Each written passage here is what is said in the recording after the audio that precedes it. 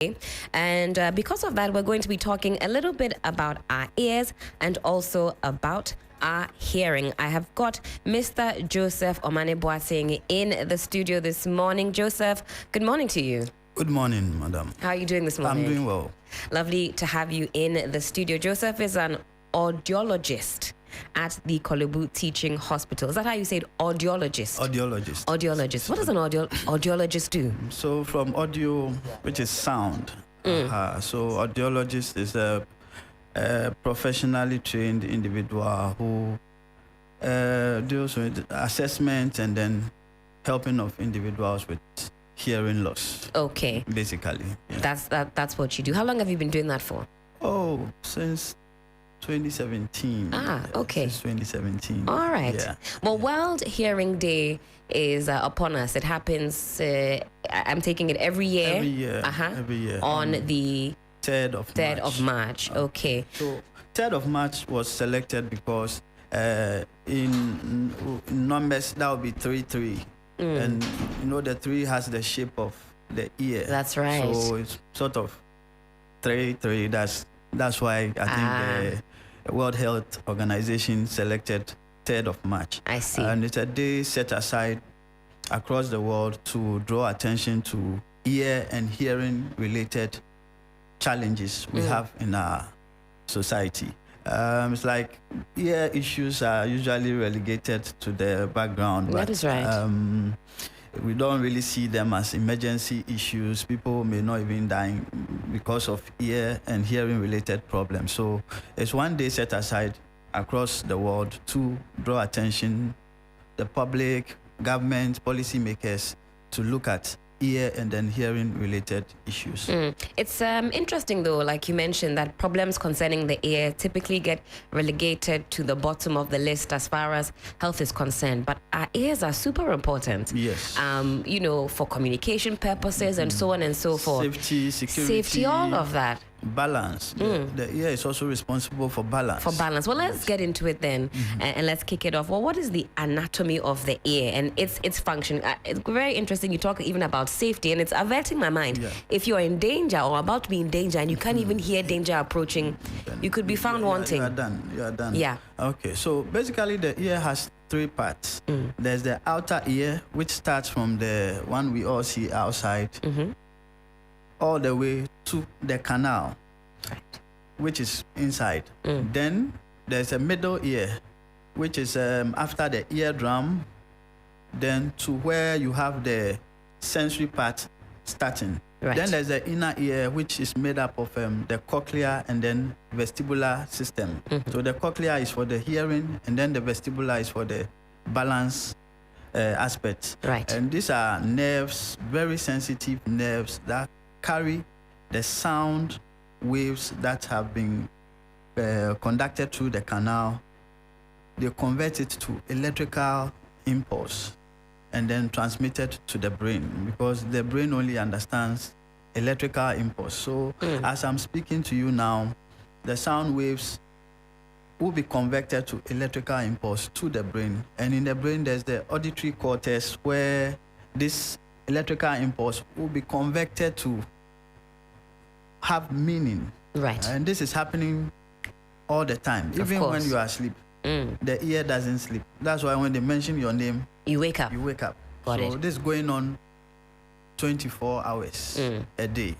Yeah. So basically, that's the anatomy, real structures involved in the hearing process. Again, ear is very important. That's why when you start to have any issues with your hearing, it's something you should take seriously. Now, coming on to issues of hearing and hearing loss, what are some of the causes of hearing loss and let's start from newborns, and then we'll go to young children, young adults, and in older adults. So in newborns, it starts the ear is one of the organs that develops very early in the early stages of pregnancy. So it starts right from pregnancy. There are some maternal infections like measles, high blood pressure, diabetes in pregnancy that can affect the developing fetus when it comes to hearing. Then around the time of delivery, when the child is preterm, it can result in hearing loss. Probably some of the structures are not yet formed, right, and then the child comes out. Then when there's prolonged labor, usually puts the fetus into distress. Some have the babies taking in some of the fluid that they are lying in the womb. And that can all cause hearing problems. Then when the child is out, ideally the child is supposed to cry. That's how you take breath, because now you are disconnected from the mom, so you are on your own. When there's a delay during that time, oxygen doesn't get to the brain on time, and that can also lead to hearing loss, and that's birth asphyxia. Right. Then there's neonatal jaundice, where you have children getting the yellowish color of the eye and all that.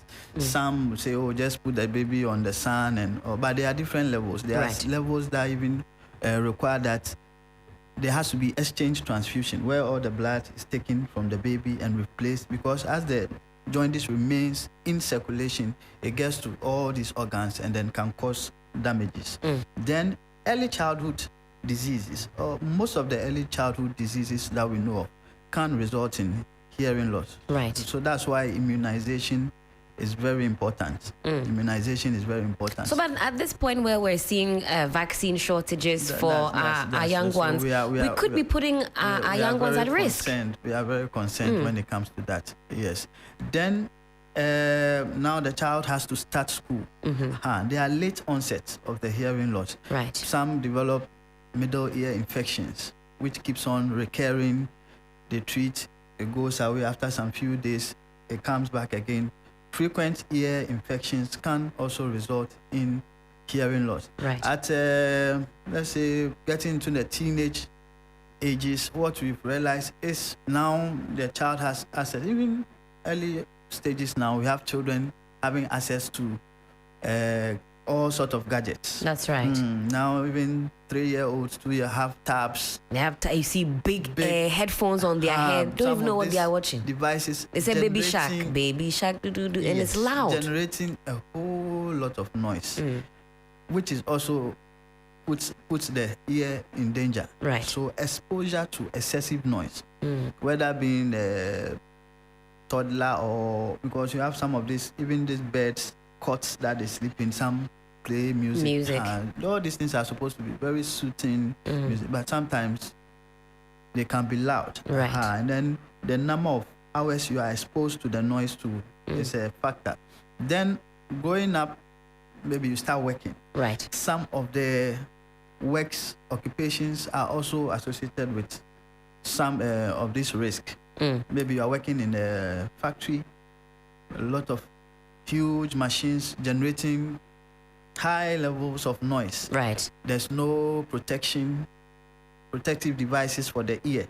Or you are working in a company into manufacturing of these paints, chemicals. As you inhale some of these chemicals, some have effects on the ear. I see. Then naturally, as we grow, the body parts, there's wear and tear here and there, and the ear is no exception. So there's also age-related hearing loss, which is just the natural process of aging. Some have it coming earlier than others.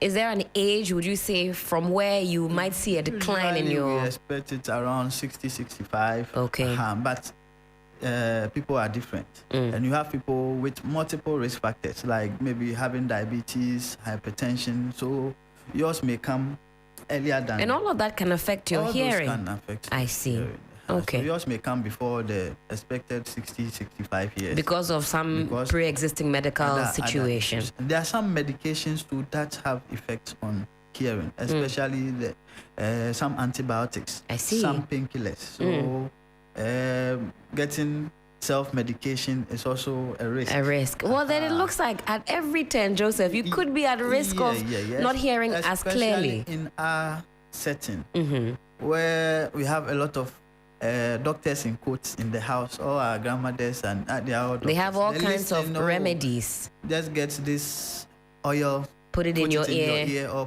get these leaves, rub it, then they go straight into their nose. And we've had cases where people come in just maybe some cold, and he was given something, instilled it in the nose, and both ears are gone. Wow. And unfortunately, when it affects the nerves, the hearing is not going to come back. It's not going to come back. That means you need rehab, right? Not treatment. Per se. It cannot be treated. It cannot even be treated. Yes. All right. Well, what do we do then to prevent hearing loss? Now, we know that at every turn, we could be at risk of losing our hearing. You talk about, of course, pre-existing medical conditions, some medications, and so on and so forth. But practically, what can you and I do? And also, what can parents do for their wards to ensure the safety of their ears? Okay. So for the childhood hearing loss, like I said earlier, right from the time of the pregnancy, that means you should be going to your antenatal visits, following all the medications that have been prescribed for you, not using something without your doctor's knowledge. And then going to the hospital on time when the labor starts. Okay. Because when there's prolonged labor, the child may go into distress, and then some of these complications may come up. Then newborn screening, ideally from time of birth to about 3 months, every baby should have been screened for hearing. Even at that age, we can still test to see if the child is hearing or not. Okay. Then preschool, like we mentioned, all these are tabs and things. Either we are reducing the number of hours the children spend with it, and then also the level of the sound should be very low. Very low. I know some of the children will demonstrate when you try to get it, take it away from them, but they are causing a lot of problems currently. So this is not a myth. It's really happening, that the noise it's causing problems. With the speech and language acquisition, because the tabs do not encourage interaction. That's right. Some children, you call them, they will not even mind you. They are focused on their cartoons, on the tabs and all that. So when it comes to interaction, they are not good at it. And when you expect them to be communicating, then there's a challenge. Right. So you are having a lot of children with delayed speech development currently, and mostly due to the gadgets and things we are exposing them to at a very tender age. Then when you are working in some of these environments I've mentioned, where there are chemicals, noise, there are protectors that can be used. There are earplugs, ear muffs. We have all these musicians, instrumentalists, no form of protection. And it doesn't matter your age. It can equally give you that effect. Then with the age related, you can't really do much about. You just have to be aware of it. And then if you have maybe father, mother, grandparents, you've realized now you are doing more of repetition. Right. You have to raise your voice a bit before they hear you. Then you should know that they will need some. It has started. And they will need some help. And where can we access ear and hearing care? Okay, so in the primary health care system, that's starting from the district, you see a general physician. If you are fortunate, you may see ENT nurses at those clinics. Then, based on their assessment, sometimes maybe it's just ear washing that the person needs. Okay. Because there's maybe excessive build-up of wax in the ear, and you will be okay. Maybe it may be an infection, which they can provide some treatment to at that level. Right. If there's a need to move on, they may refer you to the bigger institutions where you meet the ENT specialists, the audiologists, and others to help. We don't have, most of our facilities do not have access to hearing assessment centers. Currently, I think Volta region, Ashanti, Northern, Greater Accra, Central, that's where you can, and some of them do not even have the full setup, but at least they can give you some support, and then if there's a need for you to be referred to the bigger places, then they will Then do you that. can go. Well, time check. It is some 8 minutes past the hour of 9. You're still live here on 3FM Sunrise on 3FM 92.7. Tomorrow is World Hearing Day. We're speaking with Joseph Boateng. He's an audiologist at the Kolubu Teaching Hospital. We've been learning how to take care of our ears, the warning signs, what to look out for, and especially for our young ones, how to ensure that we protect their ears and their hearing. Joseph, I've got a very burning question. The issue of using cotton bud in the ear. It's always very contentious. You know, people derive a lot of pleasure from digging inside the ear. You can see somebody will be digging in the ear, their eyes rolling in the back of their head. It's such a sweet experience. But we know that there could be some potential consequences. Is it true that the more you use, pen tops, cotton bud, you're pushing the wax further into the ear, which is dangerous for the ear? Okay, so the canal, like we said, is made up of a bony part and then a part with flesh. So there's a place where the wax is produced. Now, how do we produce the wax? The first 1/3 of the ear produces an oily substance, and this oily substance contains some chemicals that helps us to fight against germs that enter the ear. Right. And then the oil also traps the dust and other particles that end up in the ear canal. This is what comes together to form the wax. Right. There are also hair cells in that part of the ear that pushes the wax as it builds up gradually till it comes out here. So we don't need to go fishing for it. Need to go for it. Okay. Naturally, some people have dry skins and they may not be producing this oil in the quantity that they are supposed to. So, right. And then that leaves the canal very dry, and you may get some of these itching. Some may have allergies. So it's not always that when you feel itching in the ear, that is as a result of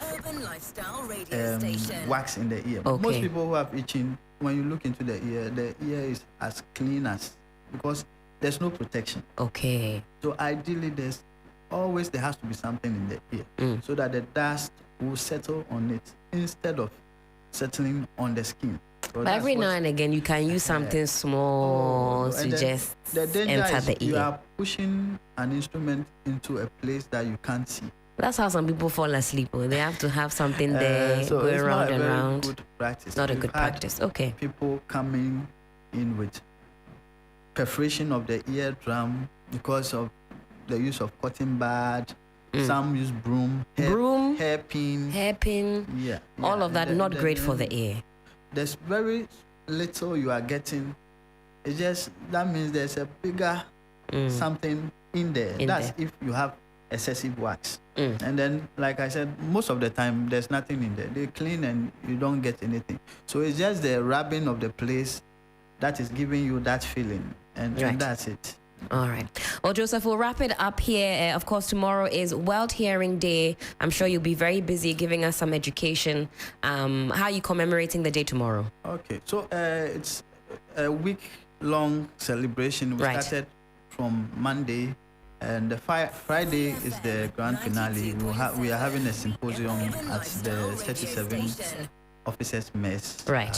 We've invited people to give talks, and then the media is also invited. Lovely. But throughout the week, we've been doing media engagements, doing some screening at the various centers across the country.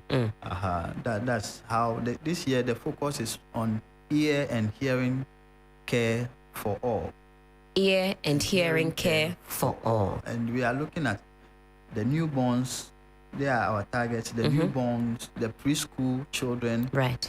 Then people who work in very dangerous environments when it comes to hearing. Like I said, chemical factories, and then noisy factories, and then the aged. The aged. All right. These are like the vulnerable groups when it comes to ear and then hearing loss. conditions. All right. Well, Joseph, thank you so much for that, and thank you for your time this morning. Those who have ears, let them listen. Very good tips and tricks there from Joseph. Joseph Omane Boateng, audiologist with the Kolibu Teaching Hospital. Thank you again for your time. Thank you.